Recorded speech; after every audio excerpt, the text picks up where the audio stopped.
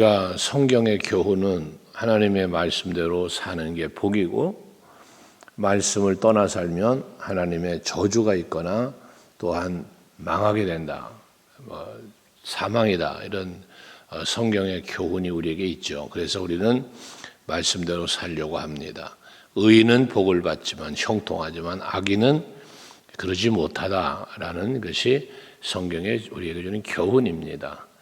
그러나 우리가 살다 보면 참 말씀을 믿고 사는 우리가 볼 때 좀 마음이 상한다 이렇게 표현할 만큼 악인의 형통을 볼 때가 있단 말이죠. 악한 사람이 잘 될 때가 있어요. 열심히 믿음으로 살고 성실하게 살고 착하게 사는데 나는 복을 못 받은 것 같고, 그런데 악하게 사는데도 불구하고 그 악한 사람이 더 오히려 잘 사는 것 같은 이런 일을 볼 때가 있단 말이죠. 오늘 본문의 1절에도 보면 에레미야는 공의로우신 하나님을 이야기하면서 악한 자의 길이 형통하며 반역한 자가 다 평안하면 무슨 까닭입니까? 라고 반론을 하나님 앞에 불평 어린 말을 하는 거죠. 여기 말한 대로도 악한 자의 길이 형통을 한답니다. 반역자가 평안하답니다. 그러지 말아야 된다는 거지. 하나님의 말씀과 언약을 보면 악인은 형통해서는 안 되는 거죠. 망해야 되는 거잖아요. 또 반역을 하고 하나님을 떠나고 대적하는 자들은 불행해져야 되는데 평안하단 말이에요. 왜 이런 일이 일어납니까? 라고 불평하고 있다는 것이죠. 그러나 우리가 알아야 할 것은 하나님께서는 악인들의 그 형통하는 것을 부러워하지 말아라 라고 말씀을 하잖아요. 잠언 24장 1절에 보면 악인의 형통을 부러워하지 말아라. 악인이 잘 되는 걸 부러워하지 말아야 돼. 지금 잘 되는 것 같지만 그걸 부러워하지 말라는 이유가 어디 있습니까? 그 결과가 망하는 거라는 거예요. 그래서 예수께서도 누가복음 16장에서 부자와 나사로의 비유를 말씀하시지만, 부자가 날마다 절치를 배설하고 호의호식하며 즐기며 사는 그 부자와 먹을 것이 없어서 그 잔치집에서 버려진 그런 부스러기 같은 음식을 주워 먹는 거지 나사로를 비유하지 않습니까? 근데 훗날 보니 그렇게 호의호식했던 부자는 지옥불에 던져져 물 한 방울도 마실 수 없는 그런 고통 속에 있고, 다윗은 아브라함의 품에 안겨 참된 평안을 누리고 있음을 비유하여 이렇게 말씀을 하고 있지 않습니까? 우리는 세상이 전부가 아니요 영원한 하나님의 나라를 바라보는 소망의 신앙의 삶을 사는 성도이기에 악인이 세상에서 형통한다 해서 그것을 부러워하지도 또 그것에 대해 원망하지도 말자. 왜? 우리의 결과는, 우리의 종착지는 영원한 거처인 하나님의 나라이기 때문에. 그래서 그런 소망의 신앙을 가지고 있을 때 우리는 악인의 형통을 부러워하지 않게 되는 겁니다. 또 2절에서 보면 주께서 그들을 심으심으로 그들이 뿌리가 박히고 장성하여 열매를 맺었거늘 그들의 입은 주께 가까우나 그들의 마음은 먼이다 라고 말씀을 하고 있어요. 하나님이 심었대. 그래서 열매도 맺는다는 거예요. 여러분, 악인도 악인의 필요에 따라 하나님이 세워가신다는 사실을 우리는 알죠. 근데 왜 그렇습니까? 그리고 또 그 역시 결과가 어떻습니까? 악인을 들어 때로는 의인을 치실 때가 있어요. 하지만 그 악인이 영원히 복을 받고 그 핍박받는 의인이 영원히 멸망당합니까? 아니거든요. 의인을 하나님께서 택한 백성을 다르게 하고 뭔가를 깨닫게 하시기 위해서 바벨론이나 아수르나 이방 나라들을 들어 사용하시지만 침략도 하게 하시고 그런 고통 가운데 던지기도 하시지만 훗날 보면 어떻게 합니까? 이들은 회복을 시키시고 이 유다 백성들, 이스라엘 백성들은 궁극적으로는 그런 걸 통하여 하나님의 뜻을 깨닫고 그 은혜를 깨닫고 돌이키게 하시지만, 그러나 그 책망의 도구로 사용했던 이 악인들 필요에 따라 쓰셨지만, 그러나 결국 저들도 결국은 멸망당하고 버림받는 걸 보게 되어지는 것이죠. 그래서 우리는 뭐 해야 됩니까? 오직 하나님을 나의 도움으로 삼고 오직 하나님만 의지하면서 소망을 두고 사는 사람이 복이 있다. 이러한 믿음을 우리는 가져야 된다는 거예요. 그 시편 146편 5절에 그러죠. 야곱의 하나님을 자기 도움으로 삼으며 여호와 자기 하나님에게 소망을 두는 자는 복이 있다. 여러분들은 하나님이 나의 도움이심을 다윗처럼 여러분들도 믿고 있고 고백하고 있고, 또 오직 여호와 하나님만을 여러분들이 바라보고 소망 가운데 살아가고 있는 성도들이기에 여러분은 바로 복 있는 성도들 아니겠습니까? 그 복 있는 사람은 하고 시편 1편에 말하는 것처럼 여러분들은 하나님만이 나의 도움이시고 나의 방패시고 나의 요새시고, 이 다윗의 많은 수많은 고백들이 이것이 여러분들의 고백이 되어질 때 여러분은 복된 자의 삶을 살게 된다고 말이에요. 오늘 아침도 그 신앙 때문에 여러분이 이른 아침 잠에서 일어나서 여기 성전에 나오신 거 아닙니까? 잠이 안 와서 오시지 않았잖아요. 사모하게 왔지 잠이 안 와서 온 거 아니잖아, 그죠? 그게 복이단 말이에요. 그러면서 저들은 뭐라 그럽니까? 그들의 입은 죽게 가까운데 말로는 주님을 찾는다는 거예요. 말로는 주님과 가까운 것 같다는 말이에요. 근데 그 마음이 멀다는 거예요. 그들의 마음이 하나님께서 멀다라고 말을 해요. 뒤에 17장에 나오겠습니다마는 무릇 사람을 믿으며 육신으로 그 심을 삼고 마음이 여호와께서 떠난 그 사람은 저주를 받는다 그랬어요. 여러분, 우리의 마음이 하나님에게로부터 떠나면 저주를 받는 거예요. 근데 우리의 마음이 오직 여호와를 나의 도움 삼고 오직 여호와를 바라고 의지하고 소망두고 살면 복이라고 그랬어요. 복과 저주는 간단해요. 주를 바라보고 주를 믿고 따르며 사느냐, 아니면 주를 떠나 사느냐라는 것이거든요. 여러분들은 주를 떠나는 분이 아니라 주를 가까이 찾는 분들 되시길 바라고, 늘 주와 동행하는 삶을 사는 여러분 되셔서 저주가 아닌 복된 삶을 살아가는 여러분 되시기를 바랍니다. 신명기 6장에서도 하나님은 말씀하잖아요. 모세를 통하여 말씀을 명령하실 때에 너희는 마음을 다하고 뜻을 다하고 힘을 다하여 네 여호와 하나님을 사랑해라 그랬습니다. 우리의 마음이 주께로 여호와께로 온전히 다 해야 되는 걸 말하는 거예요. 이 다 한다는 건 최선을 말하는 거거든요. 우리가 하나님을 사랑하되 최선을 다하여 사랑하고, 우리가 하나님을 믿되 최선을 다하여 믿고, 우리가 하나님 앞에 헌신해도 최선을 다하여 헌신하고, 이것을 하나님은 기뻐하시는 거예요. 여러분들이 마음을 다하여 힘을 다하여 뜻도 다하여, 이게 바로 마음이 하나님께로 향한 것을 말하는 거니까 오늘도 하루를 사심에 하나님께로 마음을 향하고 주를 바라보는 여러분 될 수 있기를 바랍니다.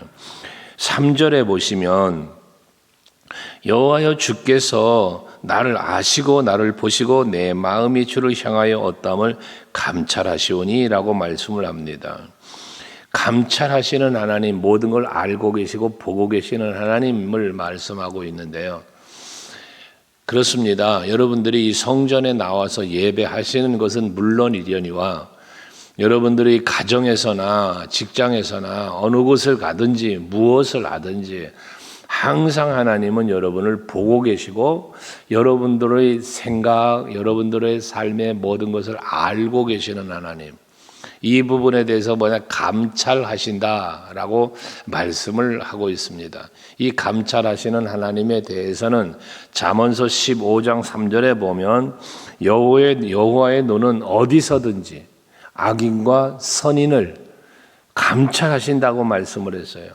그러니까 악인만 감찰하는 게 아니요, 선인만 감찰하는 게 아니요, 악인도 선인도 악한 사람도 선한 사람도 모든 사람을 감찰하시는 분이 바로 하나님이시다는 거예요. 그 감찰 속에 누가 들어있어요? 내가 들어있다고 말이에요. 우리는 정치적으로 감찰 당한다, 뭐 이런 사찰 당한다 이런 말을 들으면 기분 나쁜 거죠. 누가 나를 뒷조사해서 비리를 뭐 캐고 막 이런다면 기분 나쁜 거죠.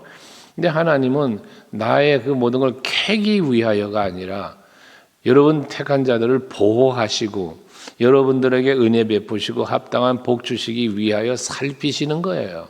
요놈이 죄를 범하나 안 범하나 감시가 목적이 아니라 여러분들이 하나님이 이끄시고 싶은 대로 하나님이 복된 자리로 여러분의 평안의 자리로 이끄시기 위하여 살피시며 끌고 가는 거예요. 그러는 중에 악도 보이는 것이지 악을 찾아내려고 잘못을 찾아내려고 사찰하는 그러한 감찰이 아니시단 말이에요. 시편 121편 말씀도 말하지만 하나님은 여러분 도와주시려고 보호하고 지키고 인도해 주시려고 여러분을 살피시는 거예요. 그래서 시편 기자의 고백이 그렇잖아요. 내가 산을 향하여 눈을 들리라. 나의 도움이 어디서 올까? 도움이 필요해서 하나님을 도움을 찾는데 천지를 지으신 여호와에게서로구나를 깨닫는 거 아닙니까? 그러며 하나님에 대한 그 깨달음의 고백을 그분은 졸지도 아니하시고 주무시지도 아니하시면서 낮의 해가 밤의 달이 나를 상치 못하도록 뭐해요? 보호해 주신다는 거예요. 나를 실족하지 않게 하신다는 거예요. 바로 그래서 지켜보는 거예요. 여러분 어린아이가 옆에서 놀면 부모들이 그걸 지켜보지 않습니까? 그 지켜보는 게 요놈이 잘못하나 뭐 어디 도망가나 봅니까? 혹시나 넘어지지는 않나 친구들하고 잘 사이좋게 노나 그거 보호 차원에서 보는 것처럼 하나님의 감찰은 바로 그런 거예요. 그러나 분명한 건 뭐냐? 선한 사람을 감찰하신과 악한 사람의 감찰은 그러나 분명하게 다른 거죠. 선인은 보호하고 복 주시기 위한 감찰이 될 거요. 악한 사람은 벌 주시고 멸하시기 위한 감찰이 되겠지요. 여러분들은 하나님의 감찰 대상인데 보호 대상, 또 하나님의 은혜 베푸시기 위한 그러한 감찰을 하고 있다는 사실, 그런 감찰을 내가 받고 있다는 사실 앞에 오히려 감사할 수 있는 여러분 되시기를 바랍니다. 그리고 잠언 21장 2절도 보면 사람의 행위가 자기들이 살아가는 그 행위가 자기 스스로가 보기에는 모두 정직해도 여호와는 마음을 감찰하신다는 말씀을 또 해요. 그러니까 이들은 보면 입으로는 저들은 입은 죽게 가깝지만 그들의 마음은 멉니다 한 것처럼 말로는 하나님이 가까운 것처럼 하나님을 찾는 것처럼 하나님을 믿는 것처럼 말하지만 마음이 멀다고 말이에요. 그런데 하나님은 어떤 분이시라고요? 하나님은 사람의 행위를 자기 스스로는 정직한 척해도 그렇지만 하나님은 뭐예요? 그 마음을 감찰한다는 거예요. 그러니 이들이 입술로는 여호와를 부르고 입술로는 하나님을 찾는다고 해도 그 마음이 하나님께 떠나 있으니 하나님이 그 떠난 마음을 안다고 말이에요. 그래서 성경을 우리에게 말하기를 우리에게 마음의 할례라는 말을 하는 거예요. 마음의 할례. 세계도 옷을 찢지 말고 네 마음을 찢어라 요에서도 말하잖아요. 이 옷을 찢고 마음을 찢는 건 뭘 말합니까? 겉으로 형식적으로는 옷을 찢고 여러분 대단한 회개처럼 보이지 않습니까? 뭔 대단한 다짐같이 보이지 않습니까? 그러나 마음이 변화되지 않는데 마음이 혈서를 쓰고 우리 어릴 때도 피로 맺은 우리 의리의 친구가 되자고 혈서를 써가며 친구들 간에 의리를 맺는다고 그랬던 기억이 어린 시절에 있는데 그게 하나의 행동이죠. 마음을 막 정하는 것 같죠. 그런데 일정한 시간이 지나니까 무슨 피를 맺긴 왼수가 되고 갈라지고 쌈박질하고 그러는 경우들도 있었던 것처럼 사람의 행위가 그렇단 말이에요.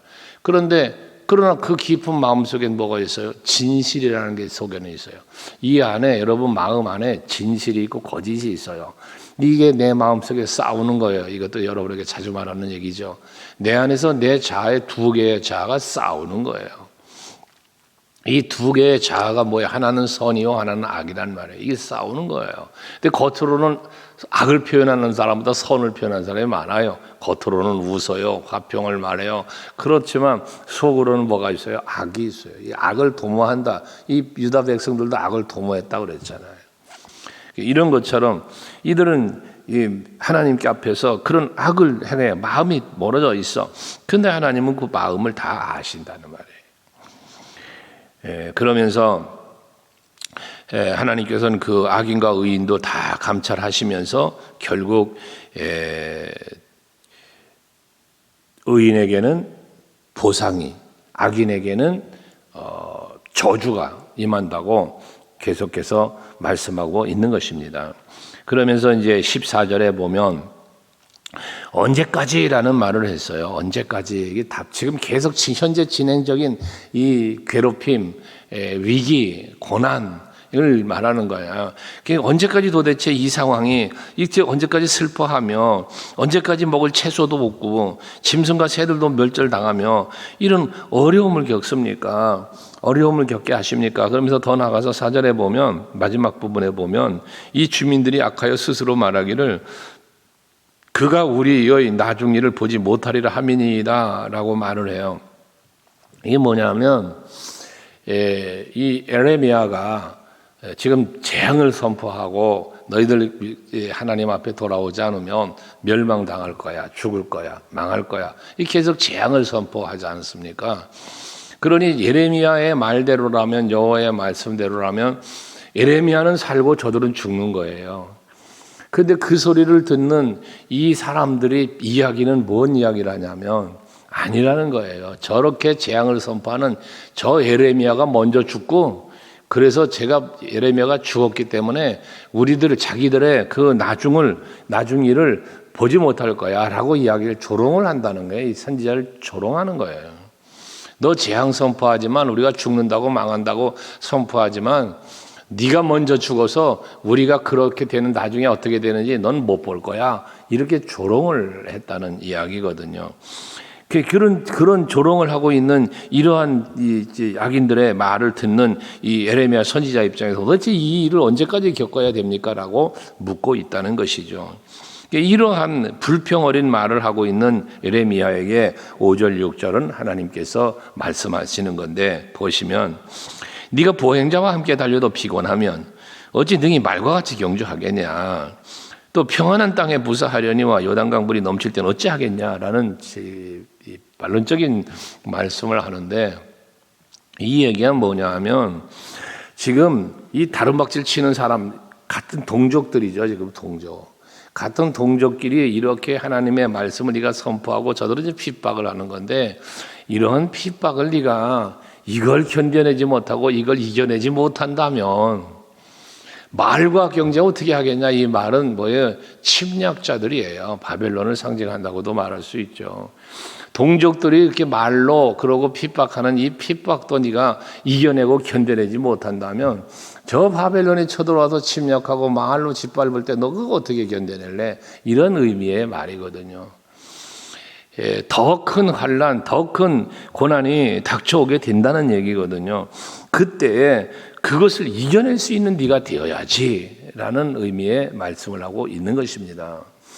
여러분, 그렇습니다. 우리가 역사적 흐름 속에서 그렇게 왔고, 초대교회도 그랬죠. 지난번에 우리 주일 오후에 오신 목사님 말씀도 그랬지만, 초대교회는 핍박은 받았지만 뭐가 없었다고 그랬어요?